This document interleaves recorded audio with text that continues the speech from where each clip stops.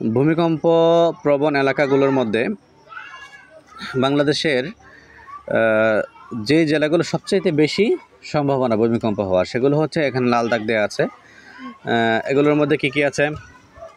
তোমার লালমনিরহাটের অধিকাংশ অংশ, কুড়িগ্রাম, রংপুরের কিছু অংশ, গাইবান্ধার কিছু অংশ, শেরপুর, জামালপুরের কিছু অংশ, ময়মনসিংহ অধিকাংশ অঞ্চল, নেত্রকোনা, কিশোরগঞ্জ, সুনামগঞ্জ, হবিগঞ্জ, মৌলভীবাজার, সিলেট এবং ব্রাহ্মণবাড়িয়ার কিছু অংশ। এগুলো হচ্ছে অধিক ভূমিকম্প প্রবণ এলাকা।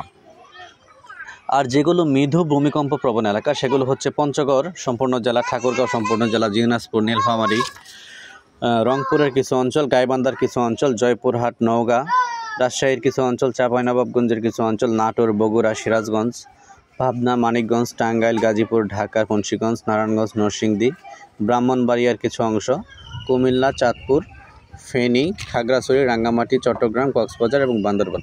এগুলো হচ্ছে মৃদু ভূমিকম্প প্রবণ এলাকা, অর্থাৎ এগুলোতে ভূমিকম্প হওয়ার সম্ভাবনা কি আছে কিন্তু কম। আর যেগুলো সবুজ দাগ দেয়া এলাকা অঞ্চলগুলো আছে এগুলোতে ভূমিকম্পের সম্ভাবনা খুবই কম।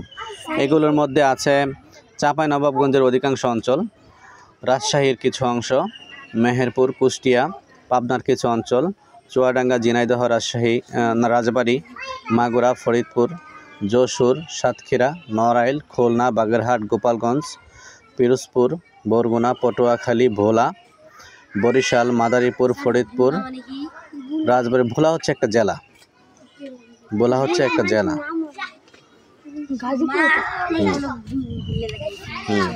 তারপরে লক্ষ্মীপুর, শরীয়তপুর, নোয়াখালীর অধিকাংশ অঞ্চল।